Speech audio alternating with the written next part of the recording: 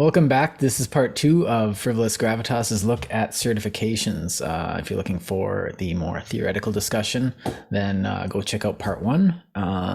This video should say part two, so go check out part one anyways. For part two, we're going to be looking at kind of some solutions on what you can do with regards to certifications in your life, which pretty much just amounts to advice. But we're hoping that some of this advice is good because a lot of it needs discussion. So Chris, what would you say if you are in the market for a certification because you want to, get all that authority and for your job interviews? What would you tell people? I think the best way to go about it is to start with some examples, because I think it's easier to understand conceptual issues through example than it is to just profess some type of higher understanding. So the YouTube channel and podcasting and stuff like we're doing is a pretty good example of how you shouldn't really go look to get certified to start a radio show, because it really sort of hinges upon having a breadth of experience and expertise, not necessarily mastery of many things, but your mastery would be your knowledge of a bunch of things, because that just makes your content more versatile and it gives you a bit more of a fluid approach to any other type of subject that you want to discuss. So like, thankfully with us, because we work so many jobs before our academic careers, it's easier for us to come up with topics that we can discuss competently, even without the expertise, because there's some background knowledge and experience of how industry works. So a more specific example, though, I'd use is be like, a lot of people go to school just to get a good job so they can make a lot of money. One way of doing this is to get an MBA. And when you get an MBA, there's any variability of type of jobs that you're going to get from it. So if you just want to make tons of money and you want to go to university to get a degree to make tons of money, you could do it by learning markets. And you could get one job in a market where you want to learn all the heuristics and analysis of different types of charts and data flows and things like that, which are live streaming constantly. And a lot of people say, well, you can automate that. And yeah, so when you automate it and then you've got a whole bunch of flags pop up and there's too many flags for one person to read all at one time, you'll still need to hire an MBA to check into all the flags that are popping up and analyze them. But there's types of jobs that you can get in banking. So even if you're just doing stock trading and analyzing charts, you could be the type of job where you're looking creatively at finding correlations between different sectors of the marketplace, for example. And it requires like a creative analysis of the data that you're presented. And it's the same data and heuristics that another analyst would use, but that analyst might be looking towards the pre-established norms, I guess is one way to look at it. Like, so for instance, with candlestick charts, there's going to be candlestick patterns, and anybody can read the same candlestick patterns, and those can be taught in a university, and you can master those and know them all. Mm-hmm. But another facet to the job would be comparing candlestick patterns to like volumes or inflows or repo markets or currency valuations or things like that, that require a depth of experience in seeing them not just as for the data they have, but seeing the data they have within the context of what it's trying to represent. So those numbers don't really make any sense other than the relation to the rest of the market. Mm-hmm. And that takes a good experience. Portfolio manager would need to know both, because they want to see what everybody else is looking at, like the pre-established formula that everybody uses as a baseline. You want to know that too. But you also want an analyst who can creatively come up with things that other people haven't seen, because that's what gives you your market edge, is having a better interpretation or a unique interpretation to the same data. And what you do is you take both of those analysts and you put them together, and somebody with experience doing both of those things, the higher up, that person would then be charged with deciding which one has more weight, more leverage, whether it's additive or subtractive or divisive or multiplicative or whatever the factor of influence it has over future projections. That's a different job, but they both take an MBA to learn.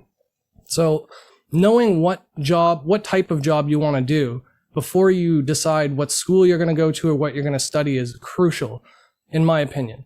So if you just want to go to school and make money and you want to punch a clock and walk away at the end of the day, don't go into Goldman Sachs type of banking with mergers and acquisitions where you're valuing companies' fundamentals from a depth of experience and historical perspective, because that job's going to be a nightmare to you. If you want to get an MBA so that you can work in the government and manage just regular routine budgets and do a 9 to 5 and, move up in the company, there's nothing wrong with that. And you can make a lot of money doing it. But be aware of what you're getting into beforehand. It's like with law, you don't just go in thinking that criminal law is the only type of law there is. A lot of law is super boring.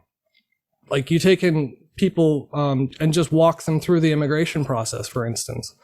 Extremely boring work. But you just punch a clock, you go in, you know your job, there's no stress, you know exactly what to do. Whereas you can get that same law degree and you could be adjudicating on Supreme Court matters or something, down the line, if that's your future goal, or to be a judge, if that's your future goal. That's a more active type of engagement. It requires like a lifelong learning process. Just like that banker who knows both the fundamentals and the technical analysis, putting them together to form a value judgment on any stock. Mm-hmm. So I think it's for students going in to get a degree just to get a job, know what type of work you want to do. Do you want to do work that you take home and make a life out of? Or do you just want to punch a clock? And then sort of focus your studies towards that. Yeah. So don't focus your studies towards getting the degree and just saying that degree earned me the job, because that's a terrible way of going about it. Now, to build on that, because that's a great way of putting it, is that have a focus, but then you have to be open to the fact that you might suck at what you want to do. Mm-hmm. And I think it's was that guy, that Dirty Jobs guy. He came up with that, like, don't follow your passion, follow your talent, which, you could end up, I want to do this, I want to do this, I want to do this. And you could find out it's just like, I'm bad at this. I like the idea of doing it, but I'm not good at it. So you find out what you're actually good at and do that. And it's like I started doing history again. This is my example, is that I found out I was good at this. Found out my brain just was tuned to that type of thought and analysis and work. And I was just, and when I put hard work into it, I ended up doing good work. Like, it's hard work for me, because I'll be doing something and all of a sudden be like, oh, squirrel. So I have to stay focused. Reading, I find, is very difficult, especially sitting down and reading for me. But when I got the reading done, I found that I had a knack for this. So you might have to, I think what I might say is tell people is that certification that you want isn't the certification that you should be getting.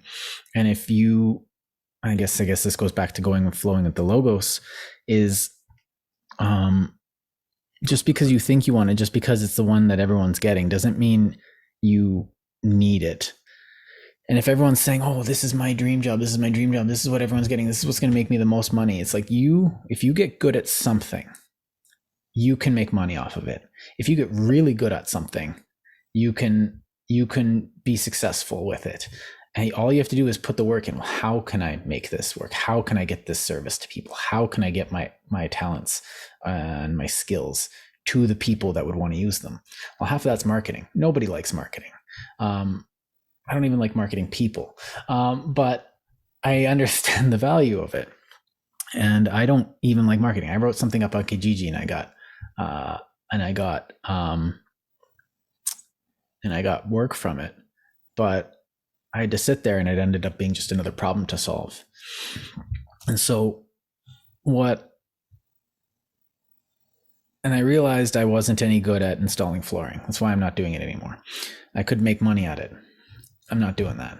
I was terrible at slinging coffee. I didn't even drink the stuff. But I made money off of it. I was not going to make a career out of that. I would not have been happy had I stayed in there. But what I found out is that certain jobs made me happier than others. And it was hard to find that out. So try the field, I guess, as well, and see if there's something that you can do. Now, not everybody can do something. There's some people out there are just blessed by the gods to live a nothing but thumbs life. And well, there's stuff for those people, but generally, if you apply yourself, there's a good chance that you'll find something that you can do. And I think that's where you need to put your effort, not just say, I can do this because I have a certification. No, I can do this because I'm good at it. And if you take that to the job interview and say, well, why should we hire you on as the drafter? You just go in there because I'm good at it. And then they say, prove it. And then you're like, here it comes, charts. And then because with that talent comes confidence. And confidence that comes from nothing is pretty obvious. But if confidence comes from, if you're able to back it up, confidence is you can't fake it. That cool confidence that comes from competence, and that's kind of where you want to end up. And you might have a certificate, but you won't care because you just know you're good. But I think that leads a lot into like the pride of work too. Do something that you can be proud of, which I'm sure that you can relate to that as well. Mm-hmm. If you come home at the end of the day and you're producing under substandard work, but it's possible to get you a paycheck. If you're not proud of your job, you're not going to be you're not going to come home with contentment from the labor hours that you put in. And you put in a third of your life to sleeping and a third of your life to work. You really want to make sure that the work portion it matters to you. And that's not to say you got to save the world or whatever every day. It means that if you go to work at a meatpacking plant, the person hiring at the meatpacking plant shouldn't be asking you about your goals and aspirations. They should be trying to see, are you content doing a repetitive job well? Yeah. And that should be better than status and titles. We should revere people like bartenders who are just really good at bartending. Oh yeah, and the ones who make customers feel good because it's a service. And you have to say, and a lot of people ask this. I can't remember who, but there was those jobs that people do that, like, if you're packing meat needs to be packed because people like meat, and then then you can use some cognitive behavioral therapy to turn your job around and make it something. But if you're sitting there miserable packing meat, maybe you should be expanding yourself or trying like try and make an upward or lateral move. You won't lose anything by trying to become better. You might accidentally lose a shitty job. Oh no, in which case you can find a less shitty job. Like, you play the market a bit. And trying to move yourself up. Even if you reach a ceiling, you're still going to be at the maximum of what you're capable of. And you might be surprised at how high you can go, but just getting a certificate doesn't move you up. And it doesn't need to be obvious where your platforms are, right? Like, stepping up your professional competency doesn't mean that one thing that you do today has to be useful to you 20 years from now, or that you have to see it ahead of time. Yeah. So like, my background at like call centers and stuff got me into finance, and I was into trading currencies before that. But like, it's not like I was planning on running a podcast 15 years later and that I might draw one instance from it. So that's what made it worthwhile. You should be able to do jobs that you're bad at and that you don't like as well. But like, early on in your career, do a bunch of those. Like, have shitty jobs. That's really good for people to understand what they don't want, right? And I think a lot of people downplay that type of thing too, because like, I've worked next to people at crappy jobs and they just, oh, well, it's just a paycheck and I'm in school. I'm not going to be doing this my whole life, whatever. And they're wasting their time basically, when they could be trying to get better at something that they're not good at just for the sake of getting better at it, because it develops your brain differently. Like, our brains are plastic. They're not hardwired. So for most of the things that we do and occupy our space and time, they're abstract in our minds. So it's not about, chopping this piece of meat exactly the same and cleaning the blades and everything the same. It's operating the machinery working next to people, self-motivating your to stay productive while you're on the production line. Things like that translate, but they're not as clear and obvious translations. Do you know what I mean? So I think it's important that people take even menial jobs seriously, and even jobs that you don't like and that you're bad at, because that develops you in all your other aspects of life. And then when you're managing people that have to do that menial work, you can relate to them and you can help them. And even on top of that, to build on that, your certification that you get when you move doesn't absolve you from doing menial work. And you're not getting this to become more entitled. You're getting this to become to get to a place where you can use your competence. And that sometimes means brushing the floor. That sometimes means picking up a rag. And that sometimes means, shoveling snow. Yeah, shoveling. And it sucks, but it's not a get out of work free card. Like, in fact, the more certification you get, the harder in reality you should be expecting to work. You have this thing and you have more competence, and therefore you have more freedom to work. You don't need to just shovel, go. You have to shovel and go and program a computer. And so I think that's a really, really good point. And like, we're expecting us to do less, and it's like, oh, I have a certification, therefore I'm entitled to be a lazy schmuck. It's like, no. It's actually the opposite. And I've seen a lot of that too. Like it's almost ubiquitously pervasive in the academic culture, I find, where they want to get the highest possible degree to get the most pay for the least work. And you see it a lot in management, because a lot of people go into management assuming that managers don't do anything because all of their bosses sucked. When they worked at jobs, their managers weren't perceived to be doing anything. So they in turn believe that getting management credentials to become a manager would mean more pay for less work. But that's really not the case. It means you have to do harder work and you have to be fast at it. So yeah, that sort of takes me to another thing here for like guidelines for young people or for anybody changing careers. I think it's really important too that they don't discount their past experience.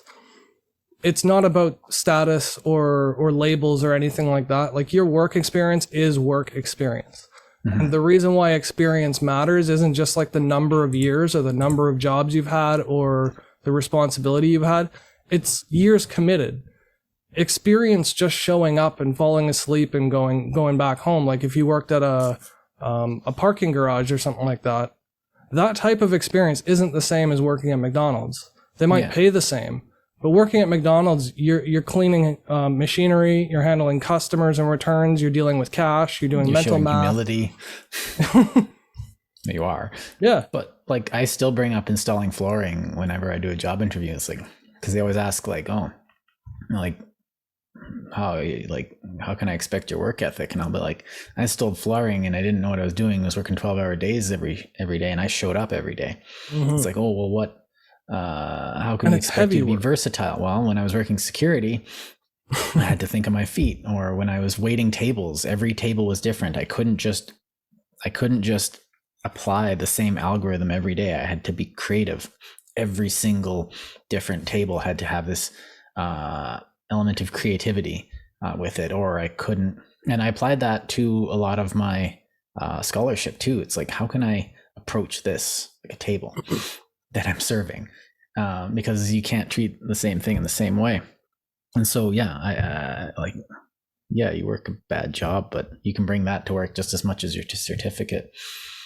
Yeah, and recognizing that not everybody wants the same thing from their jobs too is really important, sort of getting back to what we started with. Because like, if you're the type of person that doesn't want to be creative at work or be expected to have to think on their feet, like if that's stressful to you and you go home hating your job because of it, there are highly credentialed jobs you can get that are just punch the clock and do this. Like, I'm taking payroll certification right now just to know how to do payroll because, it's useful. But payroll is one of those things that doesn't deviate much. It's not like trying to restructure corporate umbrella corporations and numbered corporations to distribute profits to lessen tax burden on the company. or like relocating headquarters to find the best country, and then you have to assess like duties and fees and where you're going to be transferring and parking cash and where your liquid and your hard assets go. Like you could do something really complicated with any certification, but if that's not part of your interests or what you want to do for a living, just because you don't think there's a high social credit to being a bus driver doesn't mean that you couldn't be a happy bus driver. Like the world needs bus drivers. If you haul garbage, that's not a dirty job that you don't want to do, that's beneath you or something. You should be happy and content to haul garbage. Like if we didn't have garbage collectors, we'd all have to do it ourselves. So nobody's beneath it, or above it, I should say. Well, and I think when you get the certification, you place yourself in that. I keep thinking about how that overly orderliness comes into that, where I have a place in society and it's not here, and then you end up miserable, and then you become your certification. And a lot of people do this. Like a lot of people get a lot of meaning from their jobs, but it's healthy, and it's also a bit of a trap. It's a double-edged sword, because if you are your certification, but your certification also is not your job. Your job is your job. And your certification is just the thing that maintains your authority to hold that job in a lot of times. So are you like, that's why I don't like saying like, I prefer introducing myself with my name rather than, MBA, unless it's in a stupid email that I'm writing to a bank or something. Mm-hmm. Or applying for a mortgage or something. Yeah, something like that. And I'll just write all my titles out there because, it's funny, or like it doesn't matter for the email, but to put them in there is almost ironic, because I'm not my certifications. And it's just something that puts some more gravitas onto my name. But my name is who I am. Well, my name represents who I am. It's a symbol for myself. And to make your entire being into a certificate or into this thing that you got from a university is kind of dumb, because what happens if that university, well, if you get a studies degree and you decide that university is racist or something, and then your studies degree also is racist, well then, you fall apart, or that, or the profession itself goes, kaput, and then you're stuck with a center or a locus of meaning that has no effect. You become redundant in your own life, but if you place your center of meaning on yourself rather than on what you've done, or on your being in yourself, knowledge of yourself, then you are almost made more anti-fragile to those things that are going to hit you. Now, things are going to hit you like that.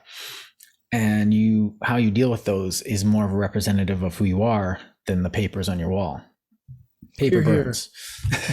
Yeah, resiliency is definitely more valuable, in my opinion. And I think you and Jerry talked about that in our episode called Conflict.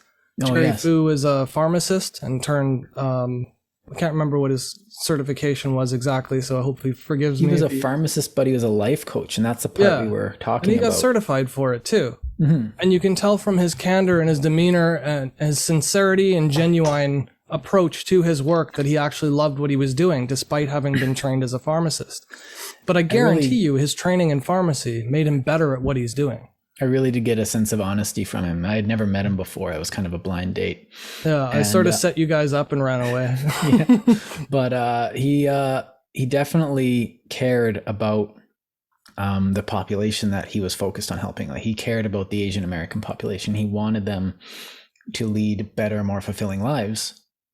And so he got the certification, not because, he did it, but he got the certification to better facilitate what he wanted to do. Mm-hmm. So and this comes back, and I label this all the time. It's a tool, and use the tool for what it is, and don't make it more than it is, and don't prop it up on a pedestal. It's a tool that has its use, and use it properly. Like you said, don't pin your identity to it either. Yeah. It's nothing it's not the highest part of you. It is the lowest part of you. Your certification is a baseline of competency. It's not to say, look how competent I am. It's to say look how minimally competent I am. So I think that's what gets distorted a lot in conversation when we're talking very bottom up, but if we look at it top down, we have a lot of these institutions like the university who are saying, get this and you'll be great, you'll become a visionary. Go look up the U of M's like ad campaign, and everyone, every university is so bad for that. Visionary, you're a rebel, you're a trailblazer, you're this, you're that. I'm just like, no. Like some guy's probably like, I'm a mathematician. Like, it's like, well, be a rebel. It's like, I am a rebel. I'm telling you to go yourself. like it's, you are the authority and you're telling me to be a trailblazer and a rebel. Like, no. And so we're listening to ad campaigns to tell us what to value. And then companies are listening to, like you said, they're listening to their human resources division and saying, this is what you need to hire. And then the boss is just like, I know what I need to hire. And they're like, well, we need to worry about liability and insurance and this and this and this and this and this. And it's just like, he's like, I need a guy who can rivet steel beams together.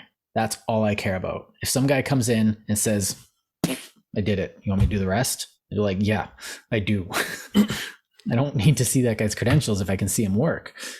But on the same token, you don't want a welder coming in who's welding frames together and then have them collapse because the guy was using the wrong type of gas or the wrong type of lead or lead, or you know what I mean? Like there is baseline things that you need to know. You need to understand how like different types of welders work on different types of metals and under different types of situations. Like underwater welding is not the same as above ground, and it's not the same as in space. So if you want to be like an astro space engineer, you're going to have to learn a different type of mechanics. Right. And so that's why when I said at the beginning of the first one, where these things are useful and they're a symbolic way, it's just don't buy the hype. But if you really want to do it, and there's kind of that sacrifice that you have to make if you're not, like that heroic story of the guy just coming in and doing and getting the job. Like, I love those stories. Oh man, do I love those stories. But at the same time, if you're competent enough, well, then you should be able to you should be able to handle that degree no problem and get that symbol that you can stick on your chest. You don't have to care about it, but if you're that good, you should be able to get the degree. And this argument is kind of annoying, but it does have some merit. But at the same time, if you know your stuff and you think you can learn it in 2 years, and they're going to say that's a 5-year degree, and you're just like, why are you wasting so much of my time?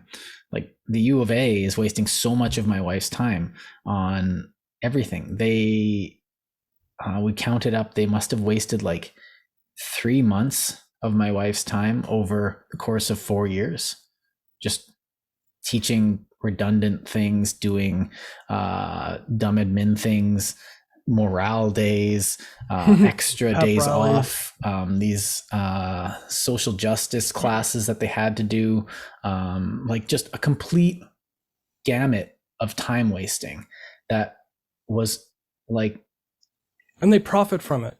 Like it's not like they're just sitting by, but they're making bank on these programs, and I think that is just cruel. So if we're looking from the top down, they're padding it out so they can get more money, and they know that the certification will still be the same, but from the bottom up, your certification is 20% time wasting, 10% garbage, and another 5% like a social deconditioning to make you like, was it Jonathan Haidt called it reverse cognitive behavioral therapy.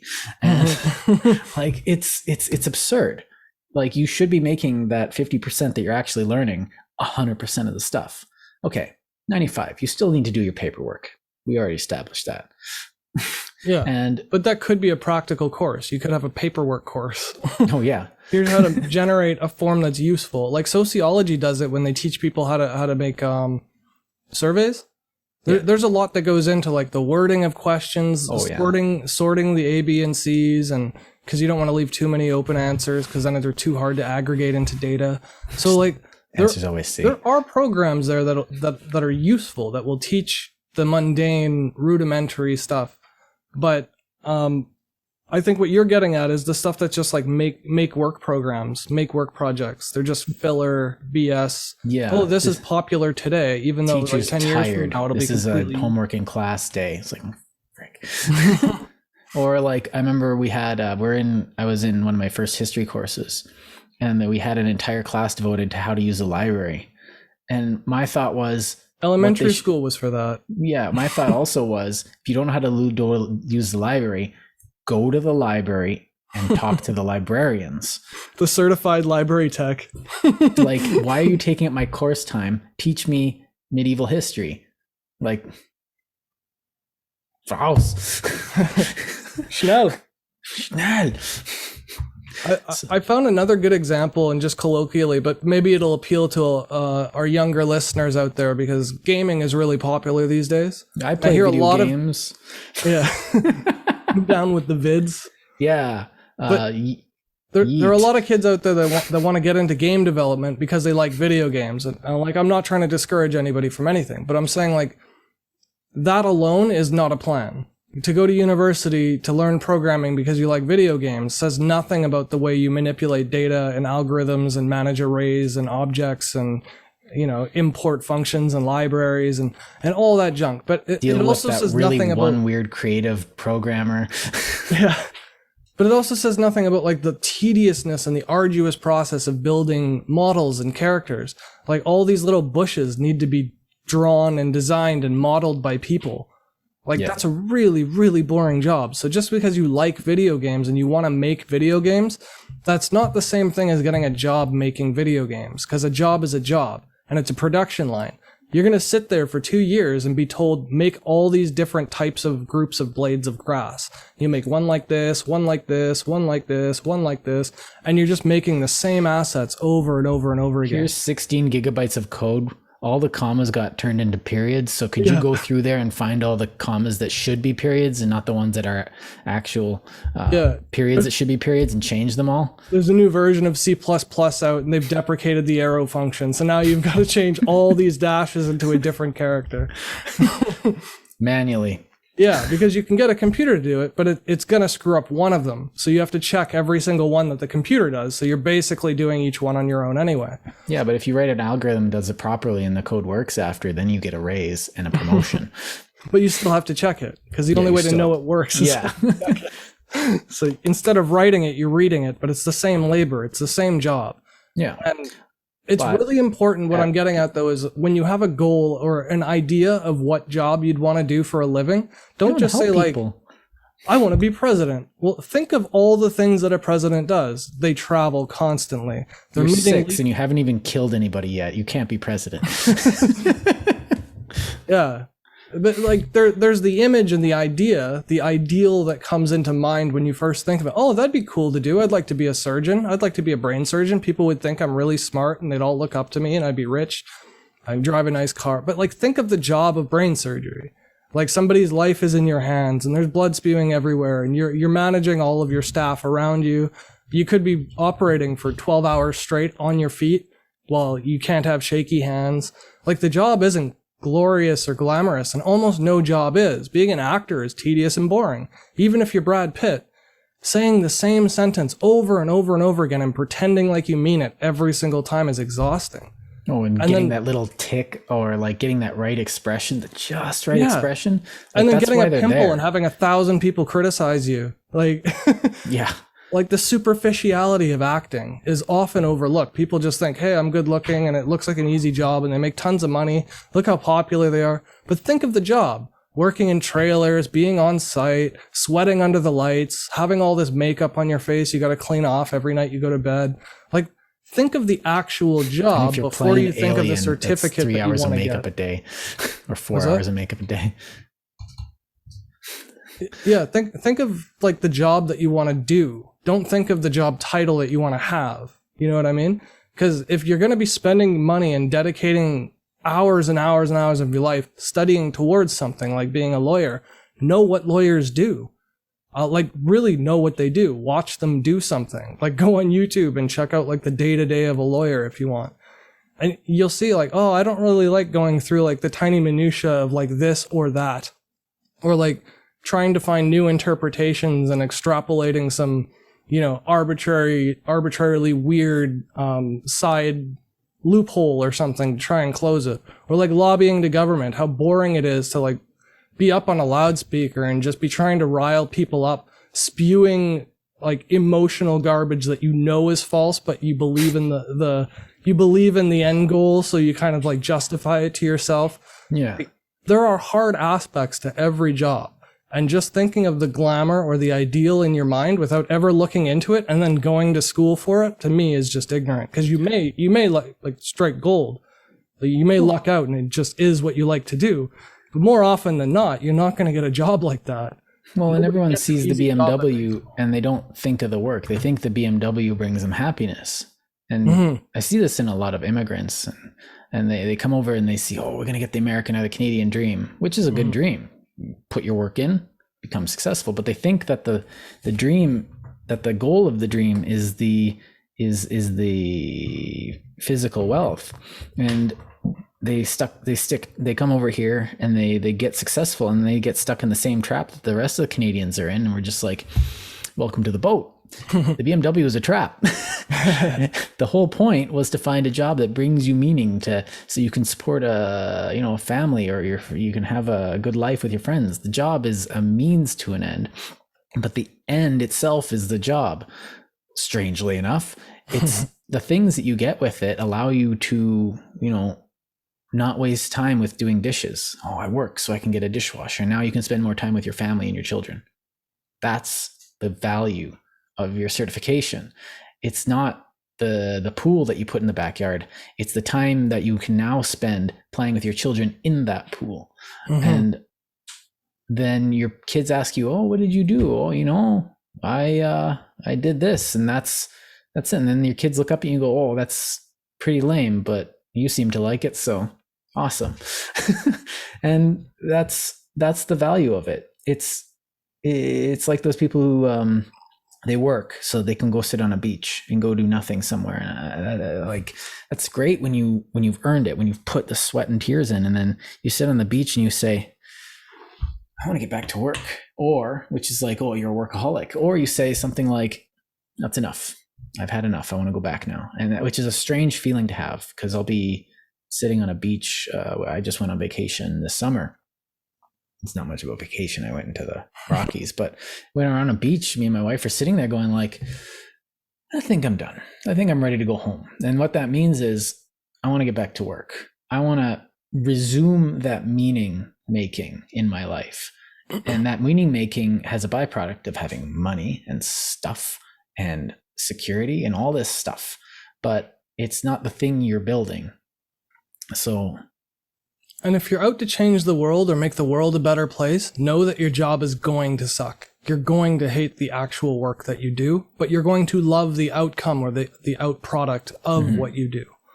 So if you're going into government, that means campaigning and going door to door and shaking people's hands and telling people over and over and over again what your policy stances are, because every person is different. Never heard it before. Please actually have a policy stance that's not just a negation, please. And it's begging radio for airplay, because statistically, the more airplay you get, the higher likelihood it is, like vastly more likely that you'll be elected. So even if you want to make good in the world as an elected official, the job itself sucks. It's like just tons of letters, it's tons of organizing. Sitting on the phone for 9 hours begging for money. Yeah, and then you're going to make concessions. Like, that's some dirty shit. In order to get one thing through, you're going to have to sacrifice something else you believe in. Like, that's part of the job. You can't have both. And if you're not into that, go into law, because in law, you can demand everything and you can break down your arguments, but then know that you're going to have to comb through all of case law. Well, the first single time 5 years of law in your legal profession are getting coffee, stapling papers. You don't actually practice that much law early on. You tons of research. Yeah, like digging up garbage. And it's not fun. You're doing research and then someone says, go grab 63 coffees. And that's your job. And it's no fun. And you don't really make a profit for a while. Like I was doing some LSAT. I think I brought this up on a previous thing. I was doing LSAT in the States, they don't even pay their interns. Yeah. And I thought like I could get into law, but I wouldn't be making any money till I was 50. That's not worth it. But unless you become a notary public, in which case you could just punch in, punch out, make $150 an hour.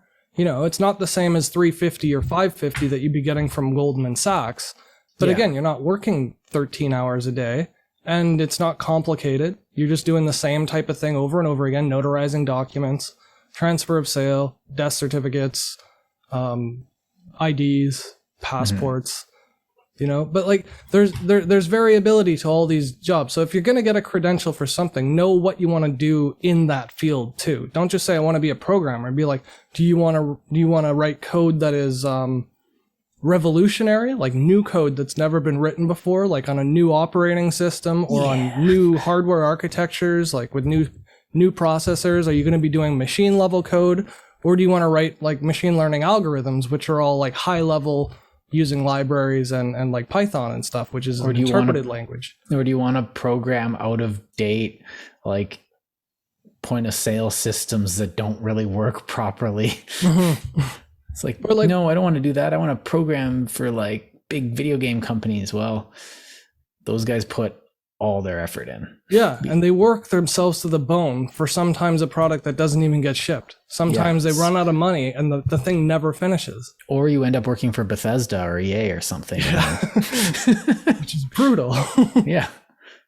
So yeah, I think knowing ahead of time what you actually want to do, not like the label for the thing you want to do, but actually what you want to do. Do you want to do something that's routine and, repetitive, like I'm being, or do you want to do things that are new all the time? And if you want to do things that are new all the time, you're going to have a harder life.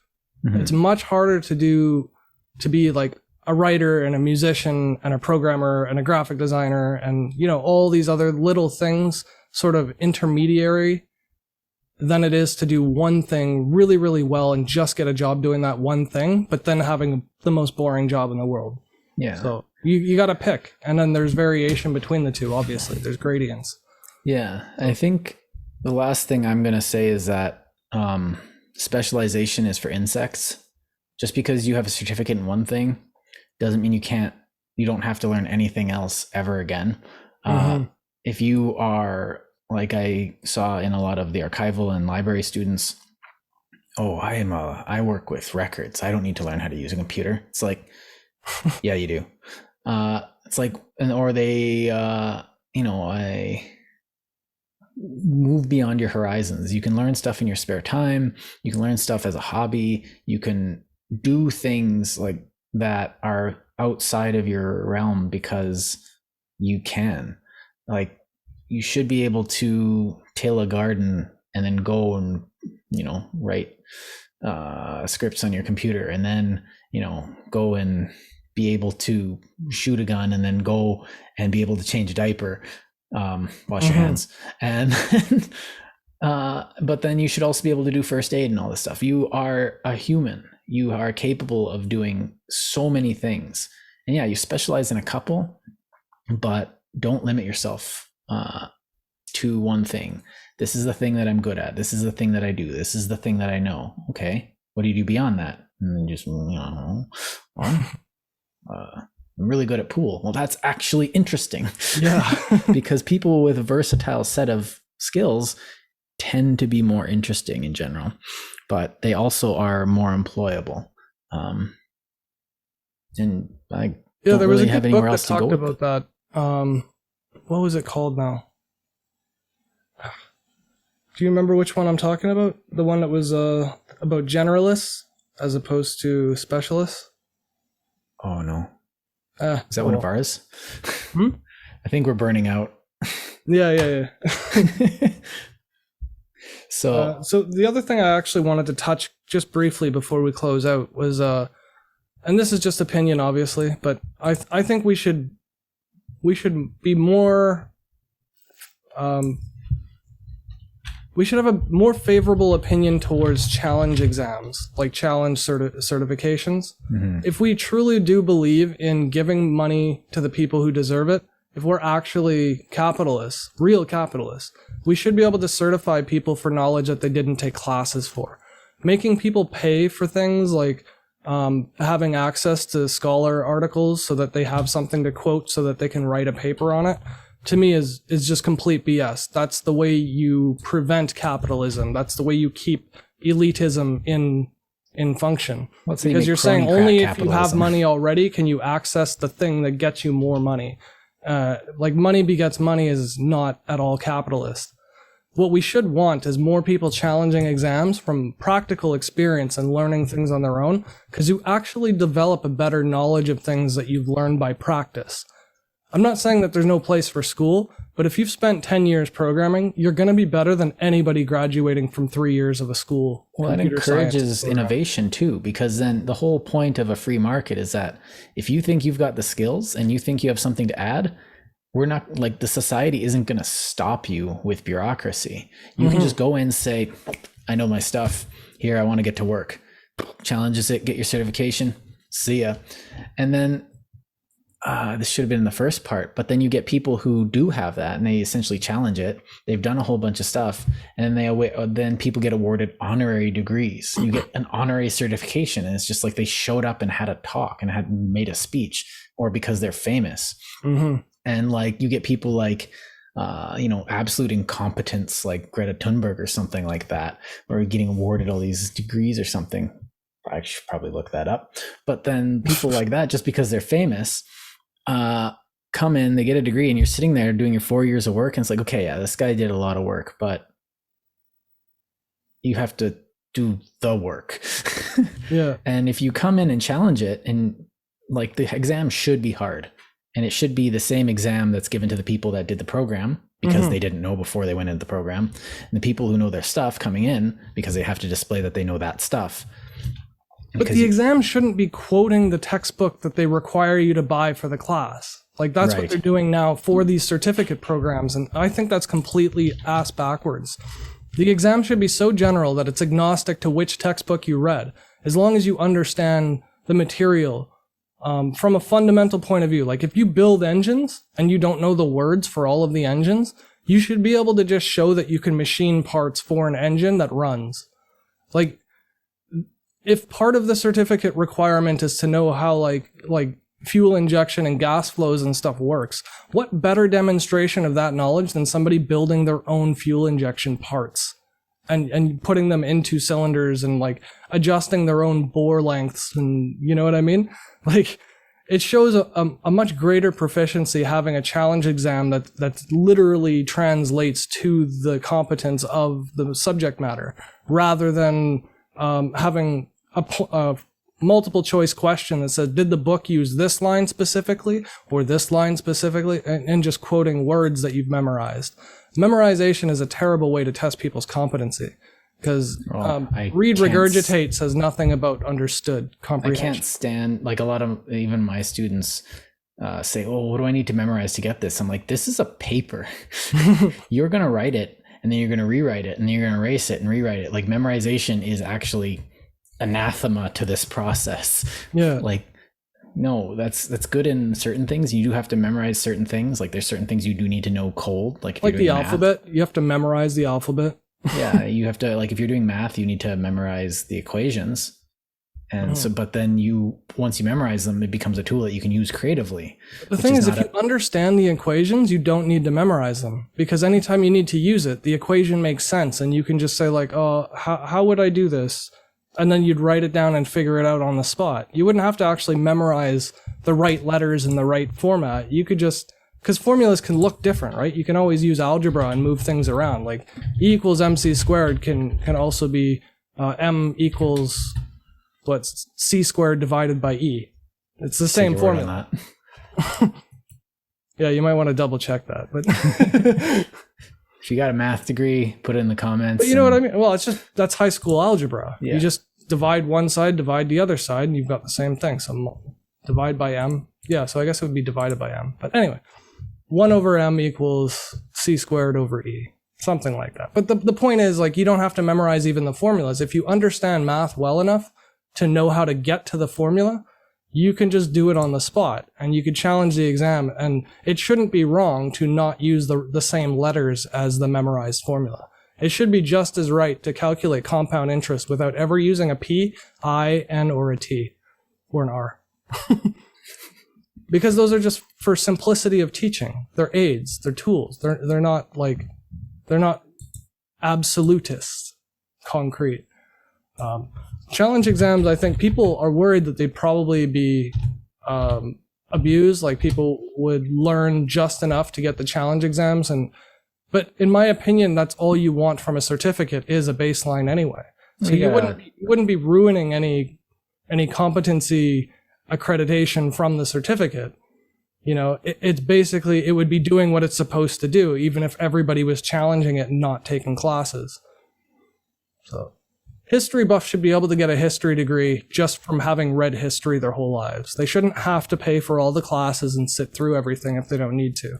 Well, that's like, knowing history is only part of history, though. You have to be able to write.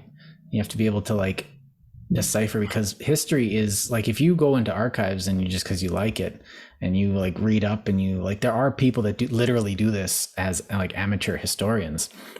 And like, I don't know why you need is basically that. No, people like, you go into the archives and there's always a bunch of old people going in like, oh yeah, and like you find a random like civilian expert on like something local, because there's always some people, like a lot of times when you hit senior citizen, you just want to know things about what happened before your area, and there's always like an expert wandering around, and you know, eventually sometimes that expert writes a book. That's history. That person is a historian. Well, they don't have a degree. Doesn't matter. That's a person doing history. They don't care. They just did the work. Like, and that's the thing about history is you go get a history degree for the access to the people that are good at history, but you also do it because you want to hone those skills so that when you do go to the thing, you don't make the rookie mistakes that the amateur historian is going to spend 20 years making. You want to get those out of the way now so you can just get on with your obsession. And we should stop promoting that redundant type of academic achievement, because it doesn't help the country. It doesn't help the students. All it helps and benefits is the people who get paid from tuition and book sales. And to me, that's not our social function of a university, is not just to put people through the motions to get a job. It's not even just to get them a job. It's to teach them. It's to learn. It's academia, you know? And if you want a certificate to be able to say that you can do a job, then that's fine. There should be a way of going about that without it being extortion. Like, the gatekeepers need way less authority and power over the labor market, in my opinion. And I think the best way to do that would be to have a broader and more accessible system for challenge exams. And there should just be more certificates and less degrees. Because I don't think there needs to be a difference between somebody who specializes in ancient art and ancient writing. To me, they're both ancient and they're both academic degrees, and they're just, people chose to go in this little fork and some people chose this little fork. Just like markets. Like, you can choose to go into stock markets and never touch bonds, but the bond market itself should be like its own field of study. Like, it's so complicated. And currency is the same, because currencies are valued against countries and the productivity of entire countries. So it's not even relative to a corporation or a small business, what a country does, because the management changes over every 4 years. And the management's not based on past experience, it's based on the electorate, who can vote irrationally, based on popularity or looks.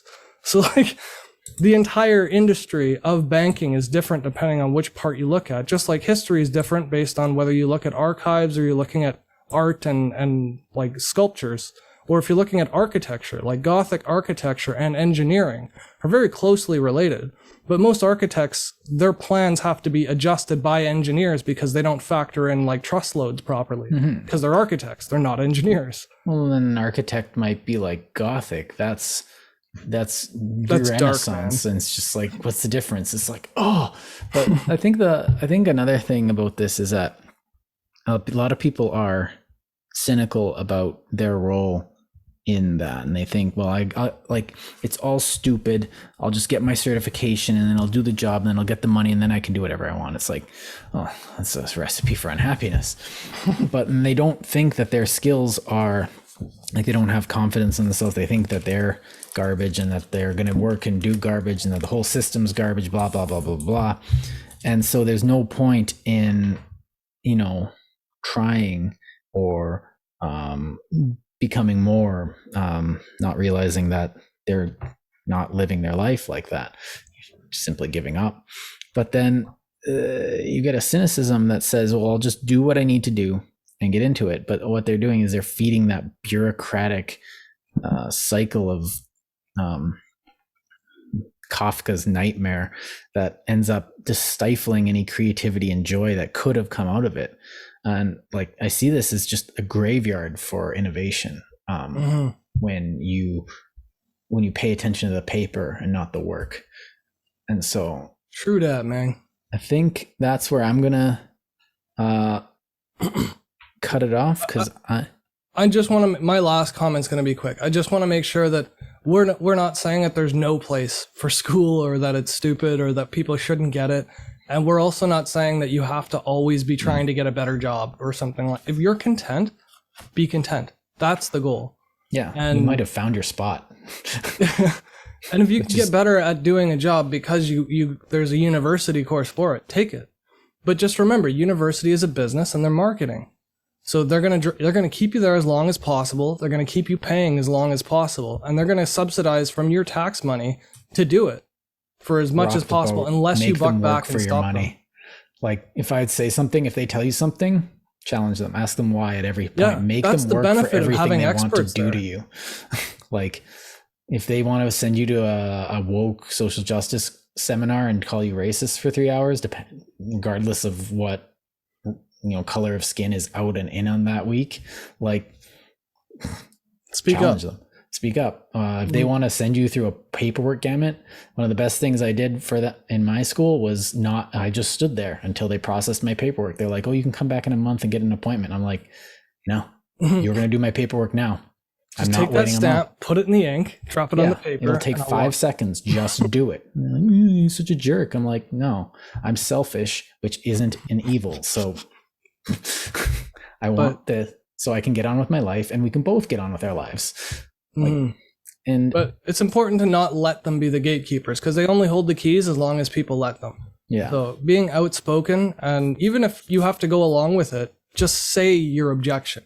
Like, be outspoken about it, because if they hear it often enough, they're going to be motivated to change it. Or when they get old and retire and somebody new comes out, they'll say, oh, I've been hearing this my whole life. Like, why don't we just change the system like this? And it'll eventually get changed over time. Yeah. That's how evolution works. But you have to speak up for that to be effective. And don't expect change to happen today. Just make sure that every day you try to make that change. So thank you so much for the extended edition. Yeah. Thanks for everyone watching. My brain has become mush, so it's been a good episode. And we'll see you guys next week. Any idea what we're talking about next week? Forgot my list. No, I don't know. I've been wanting to do we could do a hypothetical episode, but I think I was thinking one on like impressions, like first impressions and optics and like we could do that. Let's do that. Appearance of things. Yeah, this is you're literally witnessing our thought process. Yeah, this is how the whole channel works. So off the cuff, and we've just got nothing but cuffs. Yeah. So make sure I don't give a cuff. Yeah, why not give us a like, and maybe send us to one of your friends if you think we're interesting. If you've made it this far, thank you for watching. And we're not looking for like massive audience. We're looking for someone just who watches. So thank you for staying with us this long, and we'll see you guys when we see you. Ciao. Ciao. You've been listening to Frivolous Gravitas. I like the head bob.